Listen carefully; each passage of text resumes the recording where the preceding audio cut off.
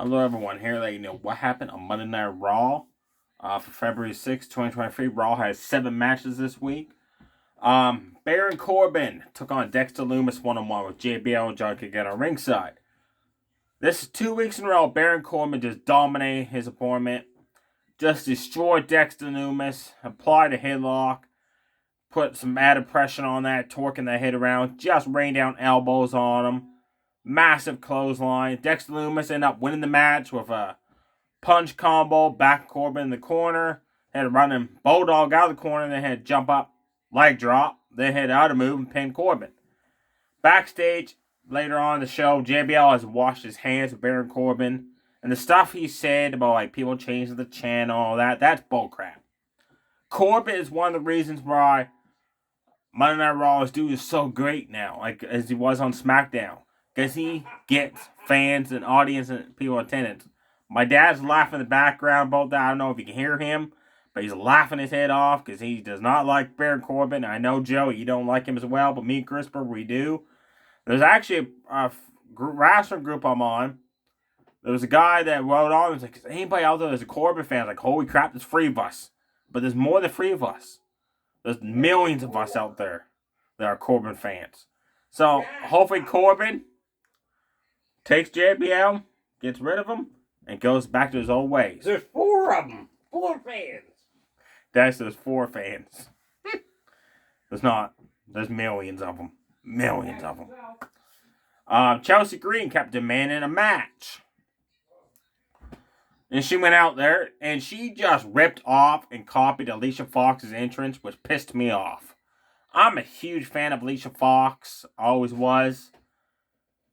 And for her to come out wearing the same style hat, doing the exact same dance and moving and posing, like, no. And then she's saying she's all original. That's not original. That's copycat someone else. Anyway, she faced Asuka. And I was wondering, is it going to be Asuka or Nia Jax? It was Asuka. Asuka came out with that new face paint. Before the bell rang, Chelsea attacked her from behind, drop kicked her down, beat her up. Ground attack, and then all of a sudden, Miguel Gonzalez, Liv Morgan, everybody that's in the chamber basically showed up outside the ring, and Chelsea Green started walking around every side of the ring, trash talking to all of them, and then Asuka knocked it down with that strike combo she does. And then she applied an arm submission, and Chelsea Green tapped out, but technically she never tapped out because there was no way for her to tap out the way her arms were trapped, so the referee rang for the bell because she said I quit. So Chelsea Green lost the very first singles match on Monday Night Raw. Honestly, I don't know what people have seen her. I've watched her on Impact Wrestling and TNA. She sucked back then. She's a former Knockouts champion, a former Knockouts tag champ, and just quickly lost it. She's got no excitement level. Like when she comes out, it's like watching like a cardboard box coming to the ring to wrestle. She's got no charisma, nothing exciting about her.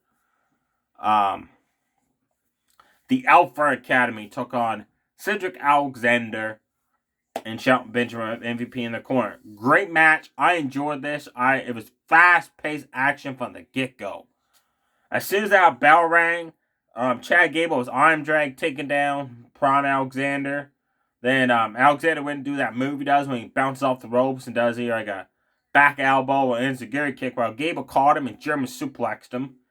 Otis tagged in, Benjamin tagged in. Otis caught Benjamin coming at him, one strongest slam, 2 other splashes, and Benjamin was hurt. Because you could tell he was moving slowly. He tried to get away, he was holding on to his side. I don't know what happened. I think it was either the second. It had to be the second splash. Because World's strongest slam, then Otis got up and just splashed him. As soon as he did that, Benjamin was hurt. Benjamin tagged out. Prime Alexander got in. Went toe-to-toe with Chad Gable game. Finally hit that move coming off the ropes into an enziguri kick. Sent Gable to the outside. And then went to do the suicide dive through the ropes. And Gable caught him with an overhead suplex. That was awesome. All 4 guys started fighting each other. At one point in the match, Benjamin got Otis in the corner and hit 2 running jump-up knees to the face. Then he Samoan dropped Otis. That was awesome, impressive. Test has shown the strength there of Benjamin to Samoan drop Otis. And then Alexander reversed a German suplex attempt from Chad Gable and hit the lumbar check for the 1-2-3. So Cedric and Shelton won the match. Happy for them. I'm big fans of both these tag teams, but those guys really needed the win since they're just becoming a tag team again. Alpha Academy, they can win out a match down the road, even though they do need some wins. Now, Elimination Chamber qualifying matches. There was 3 of them. Montez Ford faced Elias one-on-one in Chamber qualifying match. Elias meant business last night. He delivered like an electric chair drop, transitioned to a sit-down powerbomb on Montez Ford, then he back body dropped his ass on the steel steps. Ford got destroyed. Then Montez Ford hit a clothesline off the ropes, a horizontal top rope crossbody. Then Elias went to do a move. Montez Ford sent him to the outside, did that running dive over the ring post, and then rolled back of the ring, hit the top rope.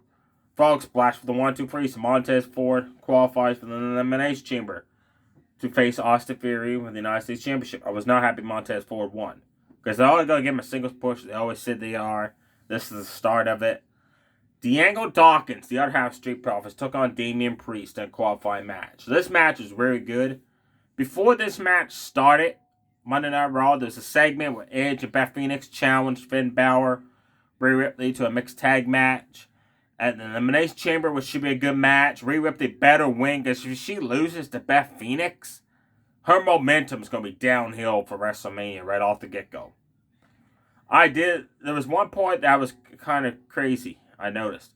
When Judgment Day was attacking Edge and Beth Phoenix, the Street Profits ran out, and Diego Dawkins went right after Damian Priest.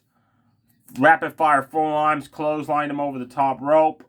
And before the bell rang to start that match, Montez Ford went to put slide Dominic into the ring while Finn Balor was in the way. You could see Balor just jump out of the way instead of helping his friend out, which kind of makes sense because Edge said, "You don't help your teammates out, they help you out," and that just showed that they'll see the mistrust there. I hope they don't break up Judgment Day.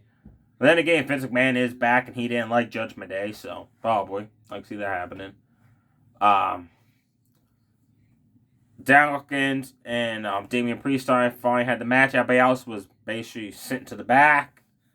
Dawkins took it to Damian, man. Like that running spinning corkscrew in the corner. Spine buster. Drop kick. Clotheslines. He could do whatever he could do. Damian kept fighting back, big boot.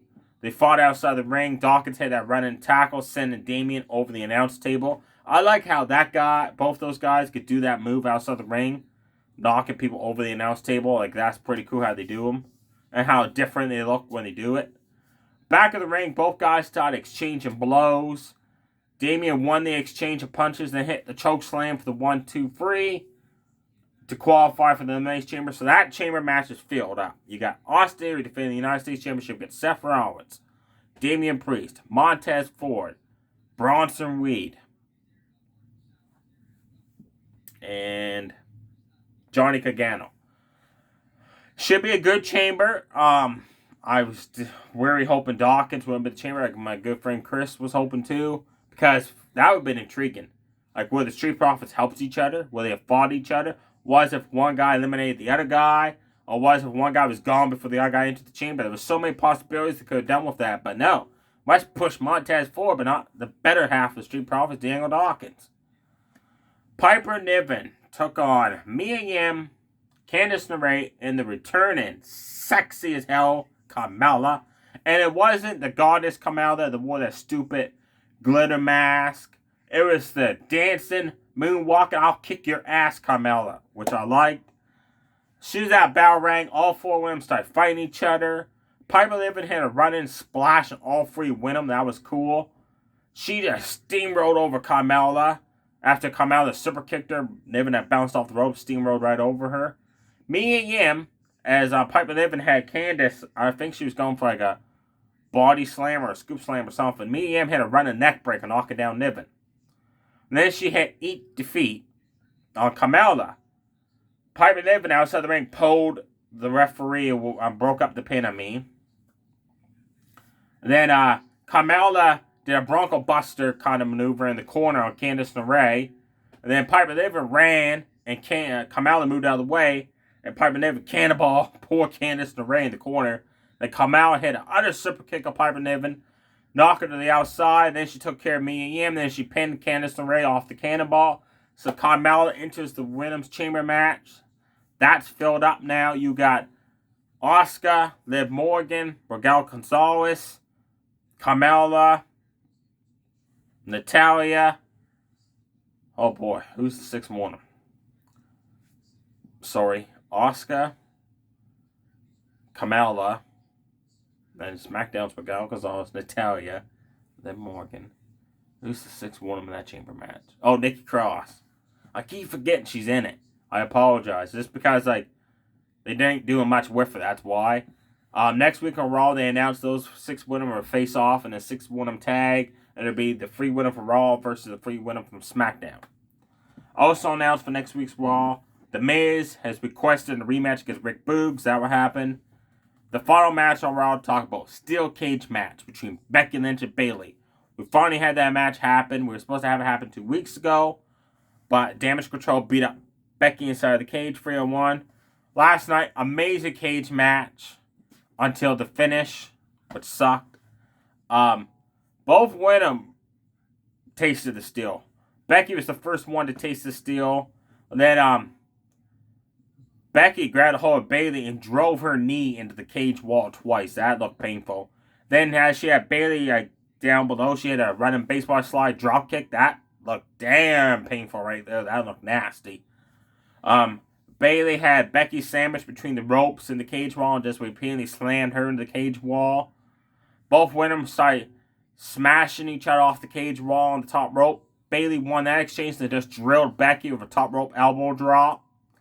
She hit the Bayley to belly. Becky kicked out. Becky on top of the cage applied the disarmer. That was cool. Then she tossed down Bayley. At one point, Becky had Bayley tangled up the ropes and hit a top rope leg drop. That was awesome.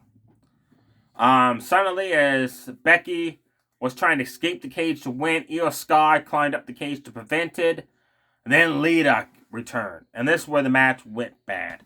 Lita came out, Io Sky standing there like a monkey on a cage, and waited for Lita to shove her off the cage wall. And then Dakota Kai stood there and waited for her to grab a hold of Dakota Kai's crutch and slam her into the steel steps. And then that allowed Becky in the ring to pin Bayley for the 1-2-3 to win the cage match. I was not happy with Lita returning. I wasn't happy how Io Sky and Dakota Kai just stood there like deers in the headlights, not knowing what to do. You're the tag team women's champions. You're 2-on-1. Attack Lita. Don't let her do that kind of stuff. That just was frustrating to see. There you have it, folks. Definitely check out the cage match between Becky and Bayley, except for the ending of the match when Lita came out. Definitely check out Daniel Dawkins versus Damian Priest in the Elimination Chamber qualifying match.